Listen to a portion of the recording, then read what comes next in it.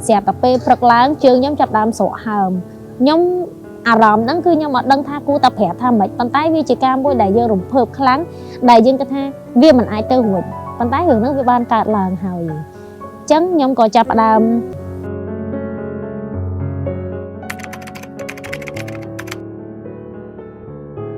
pe nắng chia bánh ha bôi đại vi ớt nước smart đó pe nắng nhóm thưa cá đó pe để nhóm ban châu thưa cá phật láng xẹp tại chương nhóm hầm đòi ăn miên mù lại tầng sóc sóc về hầm trường hầm khlang hầm đại nhâm vào bạn ngược đá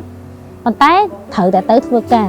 tới PDP để tới thưa cá đa chui chương mình tên không phần đa ngày nắng nó P để màu tia với nhâm có châu tôi không bật tục mà để ai đòi nhâm bọn miên phèm là kia tầng đó hay nhâm có nực chàm tha vì muốn nhâm chưa có bá mà thì than thất bật chẳng có lấy nhâm xạ thì than khuôn ảnh chẳng đại can đang nhâm ở trẻ thì than này bằng tái còn là tha score pi và niềm prejudice đây sao tại bên năng mạng có thlo phẹp đây có thể bởi chẳng than ấy đã bên niềm bởi ông nó khẳng không đang phòng chẳng nhâm có than tha ba prejudice bắt chỉ pre đại ở cha bắt chỉ pre đại bạc cai mến xong bọn ông chia ba chương bỏ nhóm ở bàn chia sạc bài còn ở nhóm chương chẳng vụ bà dân chỉ nhóm chứ nhóm ọt ai cả thua cả bản chẳng tới không phải niệm prejudice kri chẳng nó không bật tục mà để ai nó còn nhóm bọn mi ban phẹp mạ tha nhóm đừng than từ bọn ông nhóm vì sao chung với nhóm bọn ông mà đồng tiết đây xẹp tập pe phật láng chương nhóm chập đam sổ hầm nhóm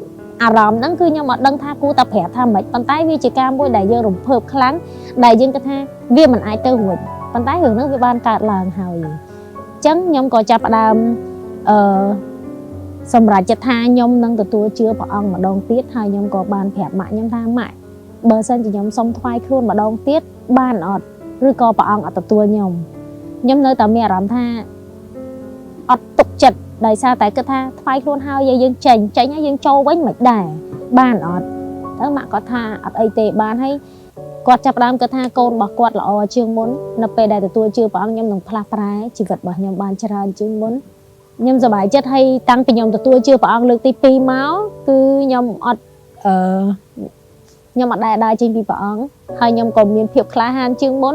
តែប្រកាសពីព្រះនាមព្រះអង្គប្រកាសប្រាប់អ្នកជុំវិញខ្លួនខ្ញុំថាខ្ញុំទទួលជឿព្រះអង្គហើយអញ្ចឹងកិច្ចការណាដែលមិនសពហត្ថីព្រះអង្គគឺខ្ញុំអត់ធ្វើអ្វីដែលមិនត្រឹមត្រូវដូចជាការពីមុនខ្ញុំជាក្មេងស្រីម្នាក់ដែលចេះផឹកដូចគ្នាតែបន្ទាប់ពីខ្ញុំជឿព្រះអង្គហើយខ្ញុំប្រាប់អ្នកទាំងអស់គ្នាហ្មងថាខ្ញុំជឿព្រះអង្គអញ្ចឹងខ្ញុំអត់ផឹកទេខ្ញុំអត់ប៉ះពាល់រឿងទាំងអស់ហ្នឹងទេអរគុណព្រះអង្គខ្លាំងមែនទែនដែលព្រះអង្គម្ចាស់បានផ្លាស់ប្រែខ្ញុំហើយរហូតមកដល់កំឡុងពេលដែលខ្ញុំជឿព្រះអង្គហ្នឹងពេលហ្នឹងខ្ញុំជឿព្រះអង្គច្បាស់ហើយប៉ុន្តែសុខភាពរបស់ខ្ញុំវាអាចល្អ 100%ទេដោយសារតែខ្លួនខ្ញុំខ្លួនឯងដែលខ្ញុំអត់បានថែរក្សាសុខភាពខ្លួនឯងខ្ញុំគិតការងារច្រើនពេកខ្ញុំរវល់ជាមួយនឹងការរលុយពេកដែលអត់បានខ្វាយខ្វល់ពីខ្លួនឯងការគេងរបស់ខ្ញុំអត់គ្រប់គ្រាន់រហូតដល់ខ្ញុំមានជំងឺមួយជំងឺខ្វះឈាមហើយនិងខ្វះផ្លាកែតអញ្ចឹងខ្ញុំអត់ដឹងតែខ្លួនឯងកើតជំងឺហ្នឹងទេគាត់តែខ្ញុំឆ្ងល់ថាហេតុអីបានខ្ញុំចេះតែអាសាវិលមុខអាសាសន្លប់ទៅធ្វើការជួនកាលខ្ញុំបរៀនសិស្សខ្ញុំបរៀនអត់កើតខ្ញុំចាប់ដើមអង្គុយហើយខ្ញុំចាប់ដើមចុកអង្ធូងពិបាកក្នុងខ្លួនជួនកាលខ្ញុំ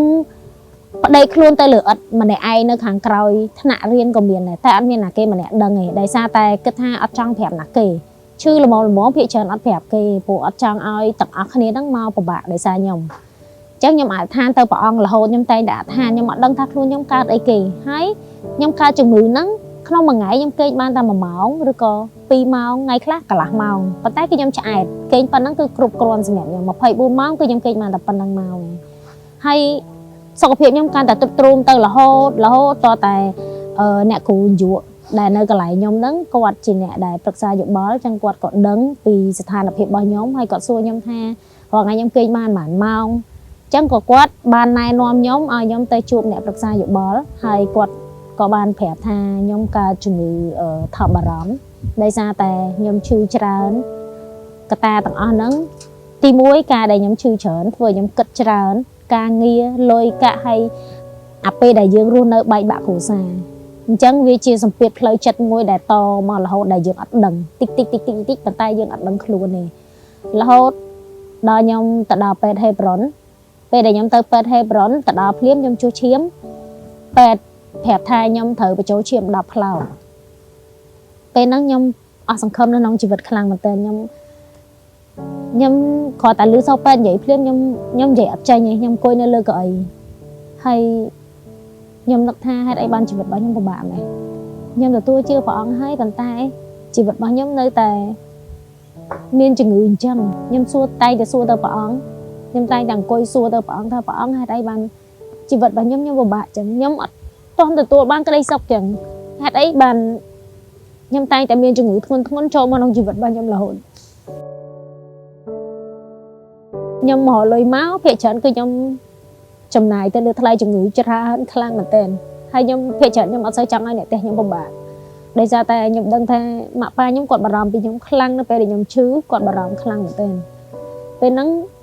ខ្ញុំស្រែករកព្រះអង្គខ្ញុំថាព្រះអង្គឈាម10ផ្លោកខ្ញុំអត់ដឹងថាត្រូវធ្វើម៉េចទេហើយខ្ញុំក៏អាចទៅសុំគេដែរហើយពេទ្យក៏និយាយដែរថាបើបញ្ចូលក៏ត្រូវតែបញ្ចូលរាល់ខែអញ្ចឹងអត់អាចហើយការបញ្ចូលឈាមគ្រោះថ្នាក់ទៀតគាត់ថាអ្នកខ្លះបញ្ចូលឈាមហើយអាចនឹងមានបញ្ហាបកាច់ឬក៏ឈាមដែលវាខុសគ្នាបញ្ចូលមកក្នុងខ្លួនរបស់យើងអញ្ចឹងវាអាចនឹងពិបាកបន្ទាប់មកពេទ្យគាត់បានប្រាប់ខ្ញុំថាមានថ្នាំមកពីជប៉ុនអញ្ចឹងថ្នាំហ្នឹងតម្លៃរបស់វា250ក្នុងមួយប្រអប់ហើយមួយប្រអប់ហ្នឹងគឺយើងលេបដល់មួយខែបានតែ28ថ្ងៃទេក្នុងមួយប្រអប់ហ្នឹង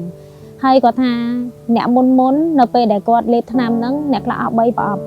អត់ទាន់មានគ្រាប់ឈាមផងហើយគាត់ក៏និយាយមួយម៉ាត់ទៀតគាត់ថាយាយគាត់ស្លាប់ដោយសារជំងឺហ្នឹងដូចគ្នា